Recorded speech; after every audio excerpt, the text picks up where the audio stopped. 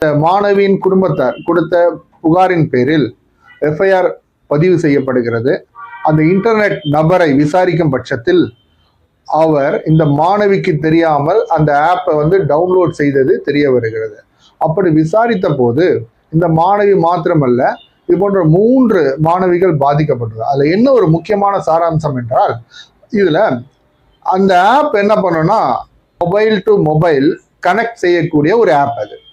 அப்போ அந்த மாதிரி ஆப்பை அந்த ஸ்டூடெண்டோட செல்போன்ல டவுன்லோட் செய்து அதுல இன்செர்ட் பண்ணவுடன் அவரோட செயல்கள் கண்காணிக்கப்படுகிறது. யாராலே? அந்த நபரால.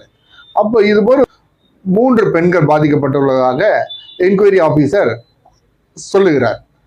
இப்படி பார்க்கும் பட்சத்தில் இந்த கண்காணிப்பு என்பது மிகவும் தவறானது, சட்டவிரோதமானது. அந்த ஆப்பே சட்டவிரோதமான ஒரு ஆப். அதை டவுன்லோட் செய்து மாணவியின் தனிப்பட்ட செயல்களை கண்காணிக்கும்படியா அந்த செயல்கள் அந்த நபர் ஈடுபடுகிறார். இது ஒரு பெரிய ஒரு அஃபென்ஸ், த கிரைம். அதனால அந்த SHO காவல் நிலைய அதிகாரி அவர்கள் விசாரணை மேற்கொண்டு கோர்ட்டில் ப்ரொடியூஸ் செய்து ரிமாண்ட் செய்து அந்த நபர் சிறையில் அடைக்கப்பட்டுள்ளார். எனவே மாணவ மாணவிகள் இந்த மாதிரி ஒரு நெட் சென்டர்லையோ ப்ரௌசிங் செய்யும் போதோ அல்லது 3ஆம் நபரத்துல மொபைலை கொடுக்கும்போது மிகவும் எச்சரிக்கையா இருக்க வேண்டும். அதுவும் அந்த மாணவிகள், அந்த கேர்ள்ஸ் ஸ்டூடெண்ட்ஸ், பெண்கள் ரொம்ப எச்சரிக்கையா இருக்கணும்.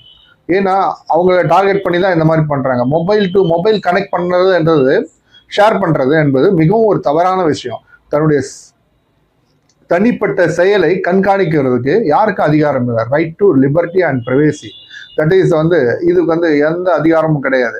எனவே இது போன்ற குற்ற செயல்கள் நடக்காத வண்ணமாய் ஸ்டூடெண்ட்ஸ் ரொம்ப எச்சரிக்கையா இருக்கணும். Not only for students, even பெரியவங்களும் எல்லா வயதினரும் எச்சரிக்கையா இருப்பது நல்லது. எனவே இந்த தகவலை இந்த நாளில இந்த நாம் கேட்போம் என்ற சேனல் மூலமா உங்களுக்கு தெரிவித்துக் கொள்கிறேன். நன்றி, வணக்கம். நான் அட்வொகேட் சாந்தகுமார்.